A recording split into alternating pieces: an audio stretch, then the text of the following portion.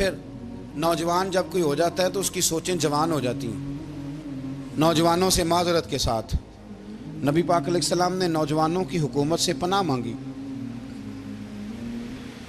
نوجوانوں کی حکومت سے پناہ مانگی ہے، اس لیے کہ نوجوان بڑی جلدی پیار بھی کرتا ہے اور بڑی جلدی نفرت بھی کرتا ہے. سوچیں مضبوط نہیں ہوتی. نوجوان آدمی، جوان آدمی، بکھری ہوئی سوچیں ہوتی. میرے رسول کریم صلی اللہ علیہ وسلم نوجوانوں سے ان کے مزاج کے مطابق ڈیل کرتے تھے، ان کی طبیعت کے مطابق ان کی ذہن سازی کرتے تھے. ہم نہ جوانوں کو وقت نہیں دیتے، ہم مطالبہ کرتے ہیں نوجوان سے کہ وہ ہے نوجوان، باتیں بوڑھوں والی کرے. اگر جوانی میں بوڑھوں والی باتیں کرے تو پھر تو شیخ سعدی کہتے ہیں سارے بوڑھے چھوڑ کے اس نوجوان کے پاس بیٹھو، اس کے پاس فیض زیادہ ہے. نبی کریم علیہ السلام کے پاس ایک نوجوان داخل ہوا، اندر داخل ہوتے ہی اس نے فٹافٹ ایک بات کر دی. کہنے لگا یا رسول اللہ مجھے زنا کی اجازت دے دیں. میرے جذبات بہت بھٹک گئے، میں روک نہیں سکتا. نبی کریم صلی اللہ تعالیٰ علیہ وسلم سے اس نے کہا مجھے زنا کی اجازت دے دیں. حضور فرمانے لگے آگے آ جاؤ. حضرت عمر کہتے ہیں مجھے بڑا غصہ تھا، میرا دل کر رہا تھا اٹھوں اور 2 تھپڑ ماروں اسے. طریقہ ہے بات کرنے کا. حضور نے بلایا، پاس بٹھایا، تھپکی دی. فرمایا ایک بات تو بتا، تیرے سوال کا جواب پھر دیتا ہوں. ایک بات تو بتا. یا رسول اللہ صلی اللہ تعالی وسلم ارشاد فرمائیے. حضور فرمانے لگے تو پسند کرتا ہے کہ تیری بہن کے ساتھ کوئی زنا کرے؟ پسند کرتا ہے تو کہ تیری بہن کے ساتھ کوئی زنا کرے؟ کہنے لگا حضور میں بات بھی سننا پسند نہیں کرتا. تیری بیٹی کے ساتھ؟ کہنے لگا حضور زبان اس کی کھینچ لوں گا جو یہ بات کرے گا. کہا تیری ماں، تیری پھپھی، خالہ کا؟ حضور خبردار کسی بندے کو میں اجازت نہیں دوں گا. تو رسول کریم فرمانے لگے جس سے تو زنا کی اجازت مانگ رہا ہے وہ بھی تو کسی کی بہن ہے نا، وہ بھی تو کسی کی بیٹی ہے. جو غیرت، جو حمیت یہ اپنے گھر کے بارے میں آتی ہے وہ دوسرے کے بارے میں کیوں نہیں آتی؟ جب نبی کریم نے اس نوجوان کو اس کے مزاج کے مطابق سمجھایا تو اس کی آنکھوں میں آنسو آ گئے. عرض کرنے لگا یا رسول اللہ صلی اللہ تعالی علیہ وسلم حضور زنا کی ارادہ تو ایک طرف، آج کے بعد میری زبان پر اس کا نام بھی نہیں آئے گا. آپ سامنے والے کی نفسیات کو دیکھیں، آپ اپنے موڈ میں نہ رہیں. رسول کریم علیہ الصلوۃ والسلام لوگوں کو جبرن نہیں جھکاتے تھے، حضور دلائل دیتے تھے. نوجوان بچوں کو موقع دیں، انہیں سمجھائیں، انہیں قائل کریں، ان سے پیار کریں، ان کی نفسیات کو سمجھیں، اس کے مطابق ان کے ساتھ آپ ڈیل کریں، پھر آگے بڑھیں. عورتوں کے بارے میں میرے نبی کریم علیہ السلام نے بڑی نصیحت فرمائی ہے. محبوب کریم فرمانے لگے عورت ٹیڑھی پسلی سے پیدا کی گئی ہے، سیدھا کرنا چاہو گے ٹوٹ جائے گی. یہ جیسی ہے اس کے ساتھ ویسے ہی گزارا کرو، اس کی نفسیات کو سمجھ جاؤ. عورت تھوڑا سا چاہتی ہے کہ وہ کھانا پکائے تو اس کی تعریف کر دی جائے، تو بھائی کھڑی ہے صبح سے باورچی خانے میں، 2 لفظ بولنے میں کوئی حرج ہے؟ اور اگر کبھی نمک زیادہ ہو بھی جائے تو کیا خیال ہے بیوی جان بوجھ کے زیادہ ڈالتی ہے؟ اس کا شوق ہے کہ اس کی انسلٹ ہو. ہمارا رویہ اتنا سخت ہوتا ہے، بعض اوقات اتنا تکلیف دہ ہوتا ہے کہ اس سے جذبات کو ٹھیس پہنچتی ہے، مزاج میں خرابی آتی ہے. تھوڑی تعریف دیکھیں، عورت چاہتی ہے تھوڑا سا کہ میرے خاندان والے، میرے سسرال والے میری تھوڑی عزت کریں، تو وہ اگر سارا کچھ چھوڑ چھاڑ کے آ گئی ہے تو جس طرح ہم اپنی بیٹی کے لیے ذہن رکھتے ہیں عزت کا، اگر تھوڑا اس کے لیے بھی بنا لیں گے تو میرا خیال ہے کوئی حرج والی بات. ہم نہ لوگوں کا خیال رکھنے کی بجائے لوگوں کو چڑھاتے ہیں. قرآن مجید سورۃ الحجرات کی آیت نمبر 12 میں اللہ کریم نے فرمایا یا ایھا الذین آمنوا اجتنبوا کثیرا من الظن ان بعض الظن اثم. اے ایمان والو بہت سارے گمانوں سے، بہت سارے خیالوں سے بچو. فرمایا بعض گمان بھی، بعض خیال بھی گناہ ہیں. کیسے بچیں؟ فرمایا ولا تجسسوا، یہ جاسوسی چھوڑ دو، یہ کسی کی باتوں، چھپی ہوئی باتوں کو تلاش کرنا چھوڑ دو. اس سے تم گمانوں سے بچو گے، وسوسوں سے بچو گے، خیالات سے بچو گے. میرے نبی کریم علیہ السلام نے اپنے صحابہ کو مطمئن زندگیاں فراہم کی، اطمینان بخش رویے حضور نے دیے. آپ غور فرمائیں گے کہ غریب ترین صحابہ بھی جب کوئی ان سے پوچھتا تھا کیفیت کیا ہے تو وہ کہتے تھے الحمدللہ اللہ نے ہمیں نبی کریم کا غلام بنا دیا ہے۔ اب ہم خود اپنے آپ کو اتنا نفسیاتی طور پر کمزور کر لیتے ہیں سوچ سوچ کے کہ فلانا بڑا ہو گیا ہے میں چھوٹا رہ گیا ہوں، فلاں آدمی آگے نکل گیا ہے میں پیچھے رہ گیا ہوں۔ یہ چیز انسان کو کمزور کرتی ہے۔ انسان اگر یہ تصور کر لے کہ جو میرے حق میں بہتر تھا میرے رب نے مجھے عطا کر دیا ہے، اسے سکون نصیب ہوتا ہے، پھر نفسیاتی مسائل ختم ہوتے ہیں۔ بڑے بڑے سمجھدار لوگوں کو کالا جادو ہو جاتا ہے، اور بڑے بڑے عقل مند لوگ ہوتے ہیں جن کی بھابھی انہیں نظر لگا دیتی ہے۔ بڑے بڑے سمجھدار لوگ ہوتے ہیں کہ جن کی دکان کے آگے کوئی تعویذ پھینک جاتا ہے۔ بڑے سمجھدار لوگ ہیں لیکن وہ چھوٹی چھوٹی باتوں سے اتنے کمزور ہو گئے کہ سانپ سے ڈرتے ڈرتے رسیوں سے بھی ڈرنا شروع کر دیا۔ رسیوں سے، وہ جی میں صبح کل چل رہا تھا تو میرے پیچھے کوئی چل رہا تھا تو میں نے کہا سایہ ہوگا آپ کا، وہی ساتھ چلتا ہے۔ ایک حدیث ہے ترمذی شریف کی، اسے یاد کر لیں، بڑا نفع دے گی۔ میرے نبی کریم علیہ السلام نے فرمایا اگر ساری دنیا مل کے بھی تیرا نقصان کرنا چاہے تو جب تک رب کی مشیت نہ ہو تیرا نقصان ہو نہیں سکتا۔ ختم ہو گئی بات، باہر آ جائیں اس چیز سے۔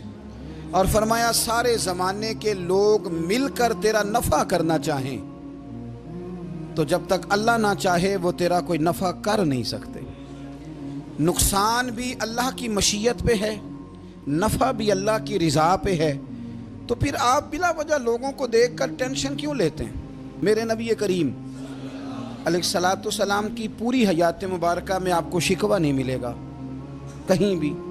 حضور یتیم پیدا ہوئے، کتنی دفعہ آپ کو کتابوں میں ملتا ہے کہ حضور روئے ہوں کہ میرا باپ ہوتا تو ایسے ہوتا، میری اماں ہوتی تو ایسے ہوتی۔ ہم روز نہیں روتے؟ نبی کریم صلی اللہ تعالی علیہ وسلم نے اپنی زندگی ساری آزمائشوں میں گزاری۔ کہیں آپ کو محسوس ہوتا ہے کہ نبی کریم صلی اللہ علیہ وسلم کسی کے پاس بیٹھے اور فرمایا آؤ میں تمہیں اپنے دکھ سناؤں؟ ہمیں تو مسئلہ بن گیا ہے، ہم لوگوں نے اپنے آپ کو غیر مطمئن بنا لیا ہے۔ ہم ان ساری چیزوں کی ڈیمانڈ کرتے ہیں جو ہمارے مالک نے مناسب نہیں سمجھی ہمیں دینی۔ ہمیں اپنے آپ کو مطمئن کرنا چاہیے، سکون میں رکھنا چاہیے۔ اگر آپ تھوڑا سا اپنے آپ کو سکون دیں، اطمینان دیں، کہیں الحمدللہ، اللہ تبارک و تعالی جہاں جس کو چاہتا ہے وہاں اسے بٹھا دیا کرتا ہے۔ پھر ہم لوگوں کا منصب چھیننا چاہتے ہیں، حسد کرتے ہیں، بغض پیدا ہوتا ہے، عداوت پیدا ہوتی ہے، نقصان ہوتا ہے۔ فطری طور پر جو صلاحیتیں اللہ نے دی ہوتی ہیں ان کو بھی زنگ لگ جاتا ہے، زنگ لگنے لگتا ہے ان سب چیزوں کو جو اللہ نے اپنے فضل سے ہمیں دی ہوتی ہیں۔ تو بات کو یاد رکھیں، زندگی میں آپ مطمئن ہو جائیں کہ رب کریم نے جو دیا ہے وہ کمال ہی دیا ہے، کمال ہی۔ حضور کی ایک زوجہ محترمہ تھی تو ان کے ہاتھ ذرا لمبے تھے، مومنوں کی ماں۔ بعض خواتین نے ان سے کہا کہ لمبے ہاتھوں والی، ہم بنا لیتے ہیں نا یہ بھی بات کہ اس کا ناک موٹا ہے تو اس کی آنکھیں چھوٹی ہیں تو اس کے کان بڑے ہیں تو اس کے ہاتھ کیسے ہیں، تو کہا لمبے ہاتھوں والی۔ تو وہ پریشان ہو گئی، نبی کریم علیہ السلام تشریف لائے، کیا ہوا؟ عرض کی یا رسول اللہ مجھے لمبے ہاتھوں والی کہتے ہیں۔ تو حضور فرمانے لگے یہ پریشان ہونے والی بات ہے کہ خوش ہونے والی بات؟ یا رسول اللہ کیا مطلب؟ فرمایا تو کہہ کہ رب نے لمبے ہاتھ اس لیے دیے ہیں تاکہ میں سخاوت زیادہ کر سکوں، میں سخاوت زیادہ، یہ جو میرا چہرہ ہے نا، یہ جو آپ کا چہرہ ہے، یہ آپ کی چاہت ہے کہ اللہ کی؟ فی ای صورت ما شاء رکبک، اللہ فرماتے ہیں جیسے میں نے چاہا ہے ویسے تجھے بنایا ہے۔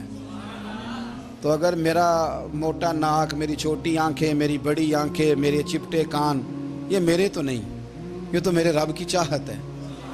مجھے اپنے موٹے ہونٹوں سے نفرت کرنی چاہیے کہ اللہ کی چاہت سے پیار کرنا چاہیے؟ مجھے اپنے کالے رنگ پر پریشان رہنا چاہیے کہ رب کی چاہت پر مجھے پیار آنا چاہیے؟ اللہ کی چاہت پر پیار کر، یہ چاہت ہے اللہ کی، یہ چاہت ہے، تو اللہ کی چاہت سے محبت کر۔ تو پریشان ہو رہا ہے فلانے کا رنگ ہو رہا ہے تو میرا کالا ہے، فلانے کا مکان بڑا ہے تو میرا چھوٹا ہے،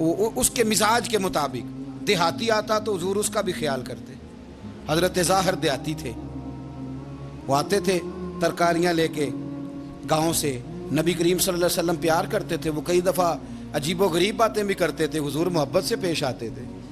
سارے ہی صحابہ حیا والے تھے, سارے ہی اکرام والے تھے, پر حضور سید عالم صلی اللہ علیہ وسلم کی پیاری زوجہ حضرت عائشہ صدیقہ رضی اللہ تعالیٰ عنہ فرماتی ہیں کہ میں حضور کے گھر میں پردے کے پیچھے دیکھ رہی تھی. نبی کریم آرام فرمائیں تو حضور کی نا تہمت مبارک پنڈلیوں سے ذرا اونچی ہو گئی.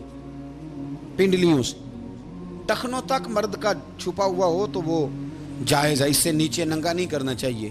اوپر اس سے ٹخنوں سے اوپر, نیچے ہو بھی جائے تو خیر ہے. حضور کی پنڈلیاں نا تھوڑی سی چادر ہٹی ہوئی تھی, پنیاں کہتے ہیں ہم پنجابی میں.